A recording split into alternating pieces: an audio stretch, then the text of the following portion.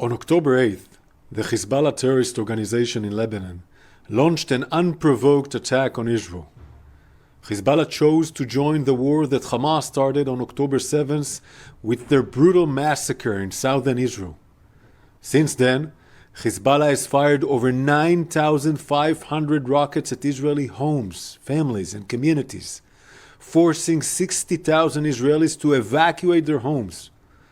Hezbollah has openly declared that it plans to carry out its own October 7th massacre on Israel's northern border, but on an even larger scale. They call this plan Conquer the Galilee. For years, Hezbollah has been planning to do in northern Israel what Hamas did in southern Israel on October 7th: invade Israel, infiltrate civilian communities, and massacre innocent civilians. To make sure that Hezbollah can never carry out such an attack, and in order to enable all 60,000 Israelis to safely return back to their homes in northern Israel, the IDF is taking action. Hezbollah planned to launch their October 7th attack from villages across southern Lebanon, where they have been building up their arms capabilities and forces for the last 2 decades. Hezbollah also dug tunnels under homes in these villages close to the border with Israel. Tonight, we are declassifying a series of IDF operations conducted since the beginning of the war, aimed at dismantling Hezbollah's terrorist infrastructure and capabilities in the area of the Israel-Lebanon border, as part of our efforts to make sure that the residents of northern Israel can return to their home in safety and security without the threat of Hezbollah on their doorstep. During these operations, IDF special forces entered into Hezbollah compounds in dozens of locations along the border with Israel, collected intelligence, dismantled Hezbollah's weapons and terrorist infrastructures. Our soldiers entered Hezbollah's underground infrastructures, exposed Hezbollah's hidden weapon caches, and seized and destroyed the weapons, including advanced Iranian-made weapons. Overall, IDF soldiers exposed and dismantled over 700 Hezbollah terror assets during these operations, and there's a lot more work to do. Tonight, I will declassify details of 3 of these special operations. This is the village of Misl Jabal. It is a Lebanese village close to the border with Israel, only a few hundred meters away from the Israeli city of Kiryat Shmona. Since the beginning of the war, the majority of over 20,000 residents of Kiryat Shmona had to evacuate their homes after coming under fire from Hezbollah's relentless attacks. We have operated against hundreds of terrorist targets embedded inside Misl Jabal, which directly threatened the city of Kiryat Shmona and the wider northern region. Many of the Lebanese residents of Misl Jabal have left the area due to the Hezbollah terrorist activities. As part of this operation, we collected intelligence on this house, on the edge of the Lebanese village, near the border with Israel, which you can see here. The house was used by Hezbollah terrorists who dug underground infrastructure below it. This combat infrastructure was used by the terrorists to store weapons and was planned to be the preparation area for Hezbollah terrorists before attempting to invade Israeli territory. During the operation, the troops conducted a targeted raid on the house and revealed a large amount of weapons stored on the ground floor.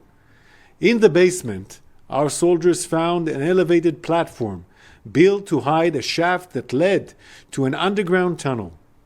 The soldiers exposed the tunnel 150 meters long that did not cross into Israeli territory, that was excavated in stone. At the end of the activity, we dismantled the tunnel and the house in a joint ground and aerial strikes. Another example is the Lebanese village of Farkile, on the border just a few hundred meters away from the Israeli town of Metula. Metula has been one of the most heavily attacked Israeli communities over the last year. We have conducted hundreds of strikes and operations against Hezbollah terror infrastructure in Kfar Kile in order to remove these threats to Israeli families that want to go back home. In one operation, we followed precise intelligence regarding an underground tunnel used by Hezbollah to hide weapons. IDF soldiers conducted targeted raid on this house, and during scans in the children's room, there, under the bed, they located an underground tunnel shaft. The soldiers went inside the tunnel shaft and revealed a 100-meter-long underground tunnel excavated in stone. The troops scanned the tunnel and found weapons stored in barrels. In one of the rooms, they exposed weapons storage facility intended to be used by Hezbollah on the day of the planned invasion.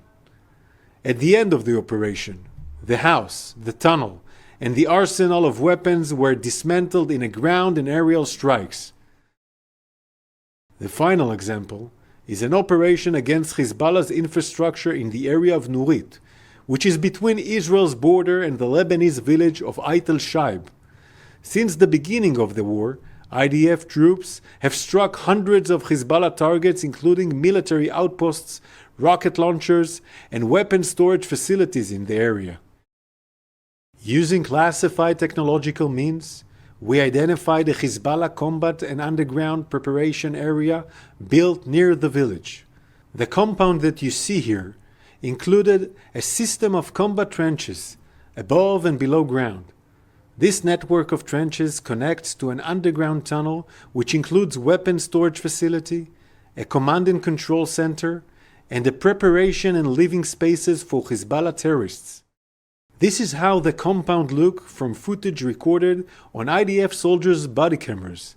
Our soldiers raided combat trenches at the top of the mountain. They scanned them and found an access point to a tunnel route that goes down below the ground in the direction of the Lebanese village. The soldiers went deep inside the tunnel, where they found large numbers of weapons stored in the living compounds.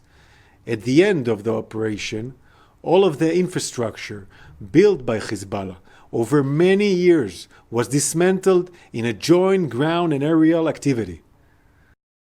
The operation that we declassified tonight are only a small number of dozens of operations that will be revealed going forward, including the destruction of Hezbollah's strategic assets and capabilities.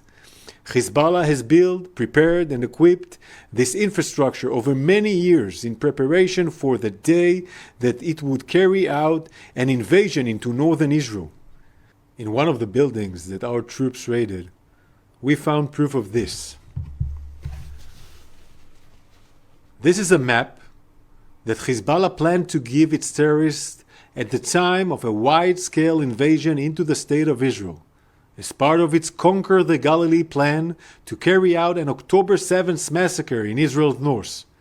As you can see on the map, there is a key marking Israeli communities, IDF posts, access roads, and targets for attack.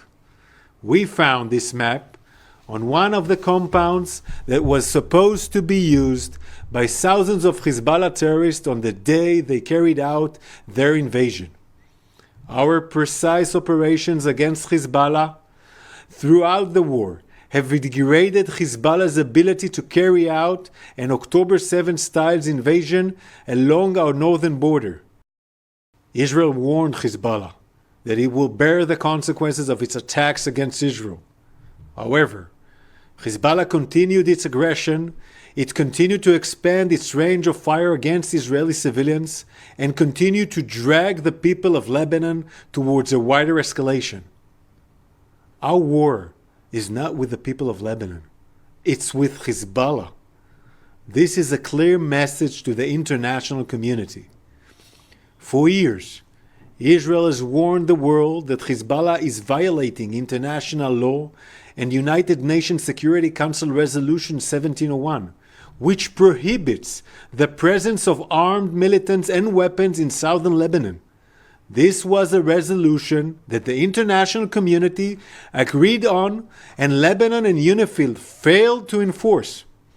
No country would agree to the presence of a murderous terrorist organization along its borders, and the State of Israel has the right and the obligation to do what 1701 failed to do. We will continue presenting our findings to the international community, including evidence that we brought back from inside Hezbollah strongholds along our border. Israel is facing threats on many fronts and continues to act against them in defense of the people of Israel. We are committed to achieving all of our goals. In Gaza, we're continuing to operate to bring home all 101 hostages who have been held in brutal conditions by Hamas for almost a year. We are continuing to operate to dismantle Hamas's capability to ensure that they can never again carry out a massacre against us. And we are intensively operating against the Hezbollah terrorist organization in Lebanon